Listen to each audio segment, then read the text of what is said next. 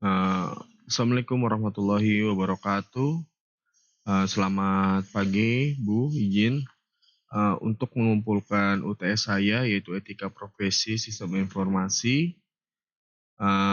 Di sini nama saya Rifki Kurniansyah, kelas 601, dosen pengajar Vika Febri, Mulyati Eskom Mkom. Izin Bu Vika, di sini saya uh, mengambil judul yaitu Kode Etik Profesi Administrator Sertifikasi Elektronik pada Balai Sertifikasi Elektronik Badan Cyber dan Sandi Negara atau BSRE atau BSSN. Sebentar, saya jalanin dulu untuk slideshow-nya.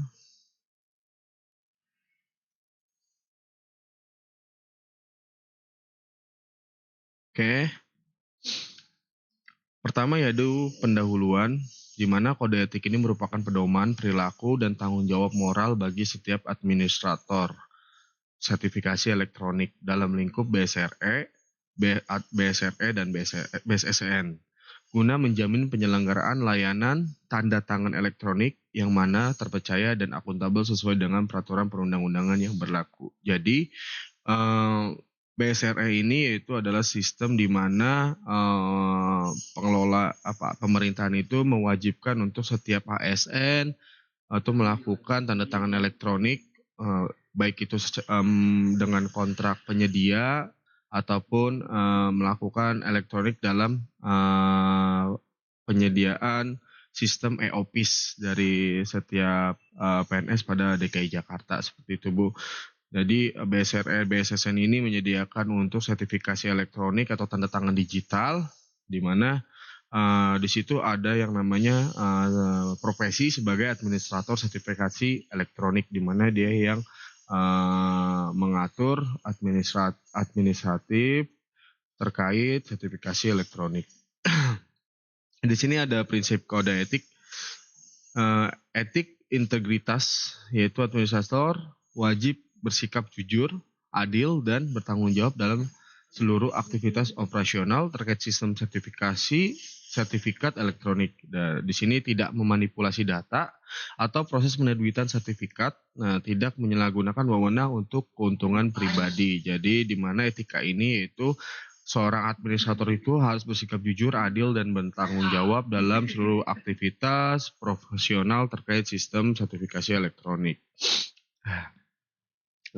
Yang kedua adalah kerahasiaan. Jadi di mana administrator ini wajib menjaga kerahasiaan informasi dan data pengguna layanan sertifikat elektronik. Pertama yaitu tidak membocorkan identitas, kunci pribadi, atau data pengguna tanpa izin resmi. Yang kedua itu menjamin keamanan akses terhadap sistem PKI, yaitu Public Key Infrastruktur, di mana sistem ini itu yang membuat atau menjadikan sebuah sertifikat elektronik itu akan berjalan seperti itu.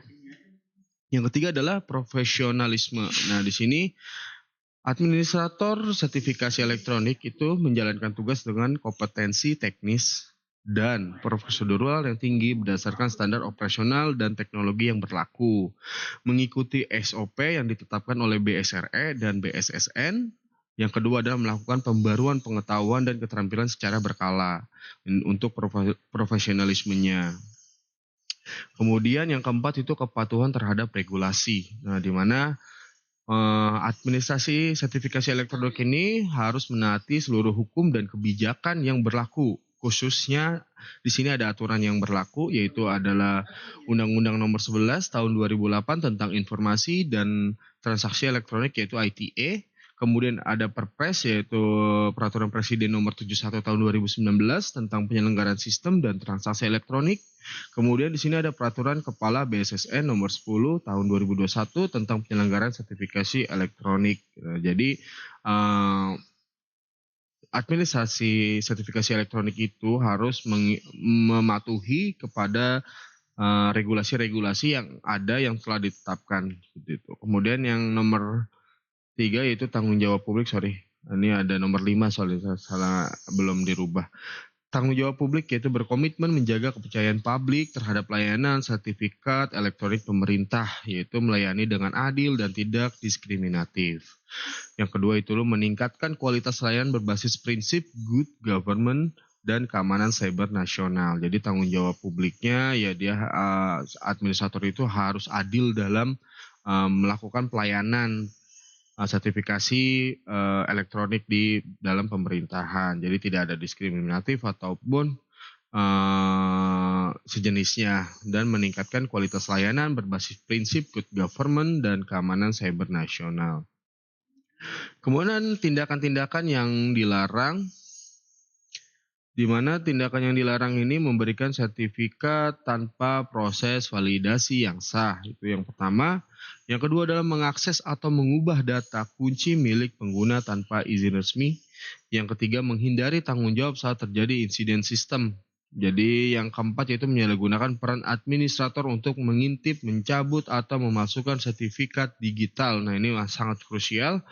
Yaitu yang krusial itu mungkin dari nomor 1 yaitu sembarangan untuk memvalidasi. Nah itu tidak dianjurkan bagi administrator itu mengakses mengubah data kunci menggunakan tanpa izin resmi, menghindari tanggung jawab saat terjadi insiden sistem. Nah ini harus diberitahukan oleh administrator jika ada insiden sistem sesegera mungkin dan memastikan bahwa sistem tersebut sedang dalam masa perbaikan atau sedang masa kepada pengguna seperti itu. Yang keempat yaitu menyalahgunakan peran administrator untuk mengintip, mencabut atau memasukkan sertifikat digital, yaitu untuk untuk pemalsuan data, yaitu sangat tidak dianjurkan atau dilarang di dalam BSRE dan BSSN. Kemudian di sini ada penutup. Nah, penutupnya itu kesimpulan. Jadi kode etik ini menjadi landasan moral dan profesional bagi setiap administrator sertifikat elektronik dalam mendukung transformasi digital pemerintah yang aman, efisien, dan percaya. Pelanggaran terhadap kode etik ini dapat dikenal sanksi administratif, hukum, atau discipliner sesuai ketentuan BSSN dan peraturan ASN yang ada. Oke, mungkin itu saja untuk presentasi saya terhadap etika profesi sistem informasi. Kurang lebihnya saya mohon maaf jika ada kata-kata yang salah ataupun dalam menjawab UTS ini yang salah. Saya ucapkan terima kasih. Wassalamualaikum warahmatullahi wabarakatuh.